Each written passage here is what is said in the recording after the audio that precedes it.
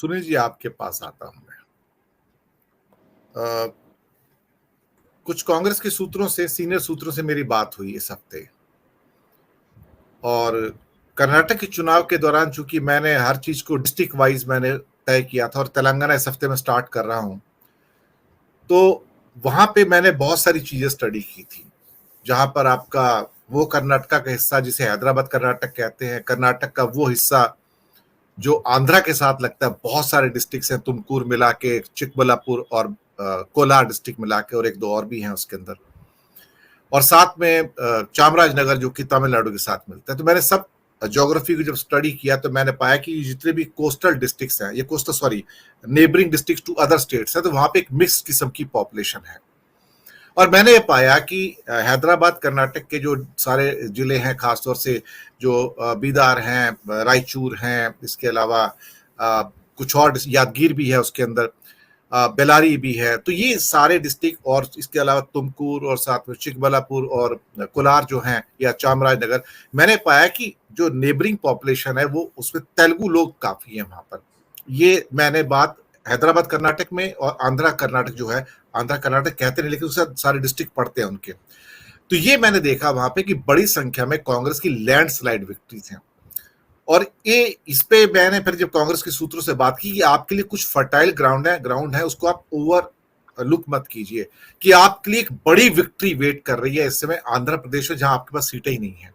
आपके लिए एक बड़ी विक्ट्री वेट कर रही है तेलंगाना में, जहां आपके पास सीटें नहीं है। आपके लिए एक बड़ी विक्ट्री वेट कर रही है इस समय तमिलनाडु के अंदर, जहां आपके पास कम सीटें, हालांकि वहां तो एलआई तो आप जीत जाएंगे आराम से, लेकिन दो फर्टाइल ग्राउंड। और तीसरा मैंने उनसे कहा कि अगर आप थोड़ा जोर मारेंगे तो आप रिकवर हो जाएंगे, अच्छी सीटें लेके जाएंगे, वो है अपना उड़ीसा, बीजेडी का उड़ीसा सर। और यहां से आप बीजेपी को नंबर 3 पे धकेल देंगे, ऐसे हालात है आज आपके साथ में। तो दे एग्रीड कि हाँ, हमें एक इसी वे में स्टार्ट करना पड़ेगा। मैंने कहा सिर्फ एमपी राजस्थान तक कॉन्सेंट्रेट मत कीजिए, ये 3 राज्य एब्सोल्युटली फर्टाइल ग्राउंड है, जहां वाईएसआर कांग्रेस से आप वापस छीन लोगे सीटें बड़ी संख्या में, मैं आपको बताऊं, और तेलंगाना में सीटें छीन के ले जाओगे। ये मेरी बातचीत हुई थी। लेकिन आप पूरे परिदृश्य को सुनील जी कैसे देखते हैं? धन्यवाद दिनेश जी। एक चीज और जोड़ दूं साथ में, आज जेडीएस के देवगौड़ा साहब ने इंडिकेशन दिया है कि ही में tie up with the BJP in Lok Sabha poll sir. वो हालांकि आधा अधूरा है, लेकिन ऑलमोस्ट फाइनलाइज्ड है कि वो उनके साथ जा रहे हैं, क्योंकि जेडीएस के पास कुछ बचा नहीं है इस टाइम खोने के लिए। तो जो करेंगे, अब टाई अप के अंदर 2-3 सीटें मिल जाए, भागते चोर की लंगोटी, कुछ ऐसे हालात हैं जी। ये कर्नाटक चुनाव के दौरान भी कम से कम स्थानीय स्तर पर चर्चा थी कि अगर बीजेपी को जरूरत पड़ेगी तो जेडीएस उनके साथ जा सकता है, और यह जो भावना थी, इसी वजह से ही जो एक भारतीय जनता पार्टी विरोधी माहौल कर्नाटक में बना, और उसका सबसे खराब असर जनता दल एस को देखना पड़ा, क्योंकि कर्नाटक में पूरी तरह से भारतीय जनता पार्टी के खिलाफ माहौल था, उनके गवर्नेंस को लेकर के, और वहाँ के लोग उस किसी भी दल, व्यक्ति या संगठन या समूह के साथ खड़े होने के लिए तैयार नहीं थे जो भारतीय जनता पार्टी का पक्ष में खड़ी होती हुई दिखाई पड़े। जनता दल के साथ, जनता दल ने कहा भी था कि जनता दल एस ने कि अगर वो आवश्यकता पड़ेगी तो किसी के साथ भी सरकार बना सकते हैं, वो इसलिए वो कोई नई बात नहीं है।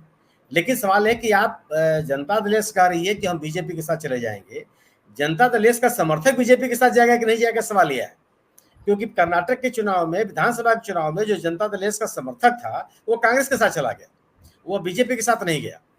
तो अब सवाल यह है कि आप तेलुगु देशम मैं आपकी बात से सहमत हूं। अगर उन्हें टाई अप कर लिया कहीं पे, खत्म हो वहां पर एक बड़ा सब्सटेंशियल वोट मुस्लिम्स का था, जो खास तौर से जेडीएस के पास गया था, वो भी छिटकेगा। वोकलिंग और भी छिटक जाएंगे कि ये तो बीजेपी वाले हैं, इनको वोट नहीं देना है सर। वोट नहीं देना, ये स्थिति वही बनेगी।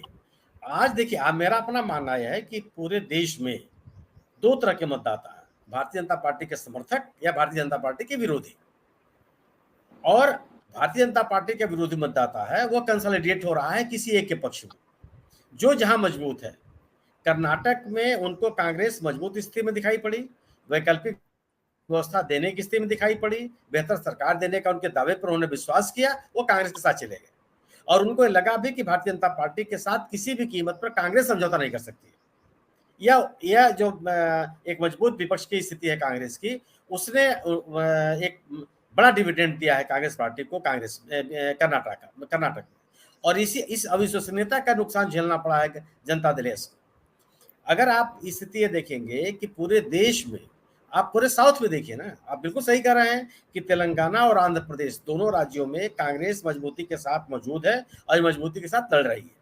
इसीलिए कांग्रेस ने केसीआर साहब के साथ किसी समझौते की बात नहीं की। जिस विपक्षी दल की बैठक करना भी में नहीं चाहिए, अदरवाइज बीजेपी नंबर 2 बन जाएगी। आंध्रा के अंदर करेक्ट सारी जमीन कांग्रेस की है जो वाईएसआर कांग्रेस के पास है, और अब ले वो गई है, बिल्कुल सही स्ट्रॉन्ग है। उभरी है। YSR Congress will lose heavily sir, अगर कांग्रेस पूरा जोर लगाती है आंध्रा में तो सर। नहीं, क्योंकि वाईएसआर कांग्रेस बीजेपी के साथ दिख रही है, और आंध्रा में जो बीजेपी के खिलाफ माहौल है, स्वाभाविक रूप से है कि वो वाईएसआर कांग्रेस के साथ नहीं जाएगी, वो कांग्रेस के साथ जाएगी, दूसरा कोई है नहीं। टीडीपी जो चंद्रबाबू नायडू साहब हैं वो भी बीजेपी के साथ दिखाई पड़ रहे हैं। तो सवाल है ना कि जो बीजेपी का विरोधी मतदाता है वो तो उस पार्टी के साथ जाएगा जो बीजेपी के विरोध जबरदस्त तरीके से विरोध कर रहा है। तो इन दोनों राज्यों में कांग्रेस की स्थिति मजबूत है, और जो 3 राज्यों में कांग्रेस का गठबंधन अलग अलग पार्टियों से चल रहा है वो सक्सेसफुल है, उसको लेकर के कहीं कोई हलचल नहीं है। वो दक्षिण में तमिलनाडु है, पश्चिम में महाराष्ट्र है, और इधर उत्तर में बिहार है। बिहार में तीनों राज्यों में जो गठबंधन है बड़ी मजबूत स्थिति में है, और इसकी अपील है ये जो गठबंधन है, मतलब अगर बिहार में वामपंथी भी इस गठबंधनों के साथ हैं, इस गठबंधन के साथ हैं, गोया कि भारतीय जनता पार्टी विरोधी मतों के सबसे बड़े साझेदार यह गठबंधन ही है। और महाराष्ट्र में आप देखिए ना, महाराष्ट्र में अगर बीजेपी की स्थिति मजबूत होती या शिवसेना शिंदे की स्थिति मजबूत होती तो बिल्कुल सही बात कही अध्यक्ष जी ने कि आप नगर निगमों का चुनाव करा लिए होते, वो तो लगातार टालते चले जा रहे हैं। जो बाजार समितियों का चुनाव इनको कराना पड़ा उसमें करारी हार हुई, हर पूरे राज्य में पूरी करारी हार हुई है, मतलब नाम लेवा कोई नहीं कि कहाँ गए ये। और खासतौर से जो ये कर्नाटक से सटे हुए जिले हैं वहां तो और बुरा हाल हुआ इनका। तो यहाँ ये इनकी कहीं एक मतलब पहले जोड़ दूं, एक पॉइंट जोड़ दूं सुनील जी। महाराष्ट्र में बीजेपी की सबसे बड़ी समस्या ये है कि इनका जो चेहरा है लीडर का, फडणवीस, वो ब्राह्मण चेहरा है और वो भी विदर्भा से है। इनके पास कोई हाँ, मराठा चेहरा नहीं है। महाराष्ट्र चेहरा की नहीं। पॉलिटिक्स बिना मराठा चेहरा के पूरे नहीं होती, इसलिए हमेशा अजीत पवार के ऊपर इनकी नजर रहती है सर। सवाल ये ना कि आप ये देखिए तो नेतृत्व का संकट तो इनका लगभग हर राज्य में है।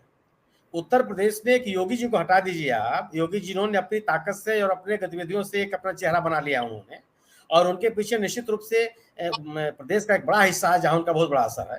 मैं नहीं कहता कि जो उनका असर गोरखपुर में है वही असर उनका सहारनपुर में है, मैं इस बात से सहमत नहीं हूं, लेकिन बावजूद इसके पार्टी के बड़े चेहरे हैं और अपने बूते कई जिलों में चुनाव जिताने हराने की ताकत रखते हैं। इसमें हम उससे उनकी राजनीति से सहमत हो या असहमत हो, एक भारतीय जनता पार्टी का चेहरा है। लेकिन बिहार में कौन है, लेकिन बंगाल में कौन है, छत्तीसगढ़ में कौन है, झारखंड में कौन है? अगर आप उत्तर प्रदेश से पूरब की तरफ चलते चले जाइए, आप उत्तर की तरफ चलते चले जाइए तो बिहार, छत्तीसगढ़, झारखंड, उड़ीसा, कहाँ कौन इनका नाम लेवा है? कौन इनको पूछ रहा है कि आप कहाँ पे हैं? पश्चिम में स्थिति केवल है कि गुजरात में जो कुछ भी स्थिति है, गुजरात में निश्चित रूप से भारतीय जनता पार्टी की सशक्त मजबूत उपस्थिति है वहां, लेकिन वहां भी जो कोई भी चुनौती है वो थोड़ा बहुत कांग्रेस से ही है, बाकी अन्य किसी दल का कोई ताकत नहीं है। छत्तीसगढ़ में इनके आप देखिएगा, छत्तीसगढ़ चुनाव में इनके पास कोई नेता नहीं इसको प्रोजेक्ट कर सके, इसीलिए बार बार कांग्रेस को तोड़ने का प्रयास करते हैं ये। छत्तीसगढ़ की स्थिति वही है। मध्य प्रदेश में अगर आप आएंगे, नंद कुमार साय भी छोड़कर चले गए हैं जो मेजर ट्राइबल इतना बड़ा नेता, आदिवासी समूह का इतना बड़ा नेता, मतलब जब जनसंघ के जमाने के साय साहब नेता रहे हैं। मैं उनको तब से देखा हूं कि झंडा, भारतीय जनसंघ का झंडा लेके चलने वाले लोगों में से रहे हैं, लेकिन ये केंद्रीय नेतृत्व की राजनीति से ऊब करके वो चले गए कांग्रेस में। अब स्थिति आप मध्य प्रदेश में आप आइए, एंटी इनकम्बेंसी जबरदस्त है मध्य प्रदेश की स्थिति है, और कांग्रेस वहां मजबूत है। और जो कांग्रेस एक अलग अलग गुटों में बटी हुई मध्य प्रदेश में दिखाई पड़ती थी, कम से कम आज की तारीख में वह स्थिति नहीं है। जिस तरीके से संगठित होकर के वो कर्नाटक का चुनाव लड़े हैं सिद्धारमैया साहब और DK शिव कुमार, वही स्थिति मध्य प्रदेश की दिख रही है आपको। और हर जिले में कांग्रेस का संगठन मजबूत है और मजबूती के साथ वो चुनाव लड़ रहे हैं। तो आप एक नहीं कह सकते कि वहां भी बीजेपी के पक्ष में कोई लहर है जहां बयार है, हालत वो नहीं है। अब यह है कि जिन राजनीतिक दलों के अपने साथ ला रहे हैं, अगर पंजाब में आप जालंधर के उपचुनाव में चौथे नंबर पर है, आपकी जमानत जब्त हो जाए, तो ये संकेत बताता है कि आपकी पंजाब में आपकी मौजूदगी कैसी है। इन महिला पहलवानों की स्थिति के मामले में जो भाजपा ने या सरकार ने किया, इसका आपको आने वाले दिनों में हरियाणा में इसका परिणाम दिखाई पड़ेगा। जिस कदर लोगों के अंदर नाराजगी है, छोटी मोटी नाराज नहीं कि किसान समुदाय में और हर जाति बिरादरी में इन घटनाओं को लेकर के इस घटना को लेकर नाराजगी है। और हरियाणा में मुझे लगता है कि बीजेपी को बड़ी चुनौती होगी और यही स्थिति पश्चिमी उत्तर प्रदेश में आपको दिखाई पड़ेगी। तो ये हालत नहीं, और जिनको ले आप आ रहे हैं, माने अकाली दल को ले आकर के क्या मिल जाएगा आपको, टीडीपी को लेकर के आप क्या पा जाएंगे, आप अपना दल आपके साथ है। अब मुझे लगता है कि नीतीश कुमार जी के सक्रिय होने के बाद उत्तर प्रदेश में जो अपना दल की ताकत है वो बुरी तरह से घट जाएगी। जो उनका समर्थक समूह है वही समर्थक समूह नीतीश कुमार के साथ भी है। और वह समस्या सर, वहां पे समस्या ये नहीं है, यूपी की समस्या अखिलेश यादव है, जिनके अंदर न स्पार्क है न ताकत है। वो जादू नहीं पैदा कर सकते कि ये कुछ कर ले वहां जाके, और ना ही कहीं घूमते नजर आते हैं। आपका कहना सही दिनेश जी, लेकिन आप देखिए ना कि जब ये सक्रिय हुए, मैं उत्तर प्रदेश की राजनीति में परिवर्तन का एक संकेत मानता हूं खतौली विधानसभा का उपचुनाव। विपक्ष एक संयुक्त रूप से, विपक्ष मतलब कांग्रेस, समाजवादी पार्टी, आरएलडी और चंद्रशेखर की भीम आर्मी सेना, ये लड़ करके हालांकि अब तो आरएलडी और समाजवादी पार्टी में भी झगड़े सुनाई पड़ रहे हैं।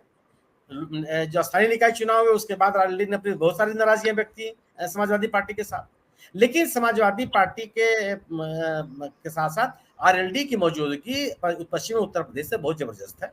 और पश्चिमी उत्तर प्रदेश में आरएलडी ने एक मजबूत राजनीतिक भूमि तैयार की है भारतीय जनता पार्टी के खिलाफ।